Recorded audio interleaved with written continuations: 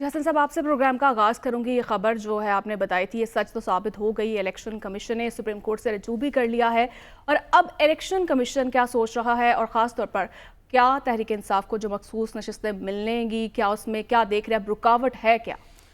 دیکھیں، مخصوص نشستوں کو لے کر الیکشن کمیشن آف پاکستان اگر دیکھا جائے تو میرے سورس بتاتے ہیں کہ دوبارہ ایک دو اور نقطوں پر غور کیا جا رہا ہے کہ جو انہوں نے فہرستیں جمع کرائی تھی مخصوص نشستوں کے حوالے سے، صوبوں کے حوالے سے، جس طرح خیبر پختونخوا، پنجاب اور سندھ میں،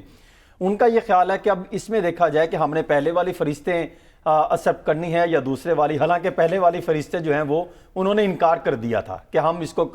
نہیں تسلیم کریں گے، پھر یہ عدالت میں بھی گئے، بہت سارا ایک معاملہ بنا، لیکن اب وہ یہ سوچ رہے ہیں کہ ہم نے اس کو کس طریقے سے دیکھنا ہے، اور پھر کچھ اور بھی کچھ جو ہے وہ نکات دے رہے ہیں۔ لیکن اگر دیکھا جائے وہ دودھ میں مینگنیاں ڈال رہے ہیں، یہ نہیں بات کرتے کہ ہم نے انٹرا پارٹی الیکشن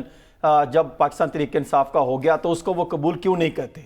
اب یہ معاملہ الیکشن کمیشن آف پاکستان نے دوبارہ سپریم کورٹ آف پاکستان کو بھجوایا ہے، تو میں یہ سمجھتا ہوں کہ سپریم کورٹ آف پاکستان کے سامنے انہوں نے ایک اور جو ہے وہ چیلنج لا کے رکھ دیا کہ آپ کا جو ڈائریکشن تھی اس پر عمل درآمد کرنے کے لیے ہمیں یہ چیزیں کرنا پڑ رہی ہیں۔ حالانکہ اب سپریم کورٹ آف پاکستان کو بھی چاہیے کہ وہ بلکہ وہ خود دیکھیں گے کہ ہو سکتا ہے یا نہیں، کیونکہ intra party election Tehreek Insaf کے ہوئے کافی مہینے گزر گئے، تو وہ بھی اس میں بھی ایک ٹائم لائن پر جو ہے وہ ان کا فیصلہ جو ان کے الیکشن ہے وہ قبول نہیں کیے جا رہے۔ اس پر تو خود الیکشن کمیشن آف پاکستان پر سوالات کھڑے ہوتے ہیں کہ آپ انٹرا پارٹی الیکشن ایک پارٹی کے کیوں منظور نہیں کر رہے، آپ قبول کریں، ان سے لکھیں، ان سے ایکسیپٹنس لے اور چلے جائیں۔ اب پھر دوبارہ اگر دیکھا جائے تو وہ جو مخصوص نشستوں کی فہرست پہلے جمع کروائی تھی پنجاب، خیبر پختونخوا اور سندھ کے حوالے سے، تو وہاں پر وہ یہ کہتے ہیں کہ اس وقت جو جمع کروائی تھی تو وہ اس ٹائم تو بیرسٹر گوہر کے سائنوں سے ہوئی تھی، تو اب دیکھ رہا یہ ہے کہ وہ تو ایکسیپٹ نہیں ہوئے، تو اب وہ قبول کرنی ہے یا نہیں، اس پر بھی جو ہے وہ کچھ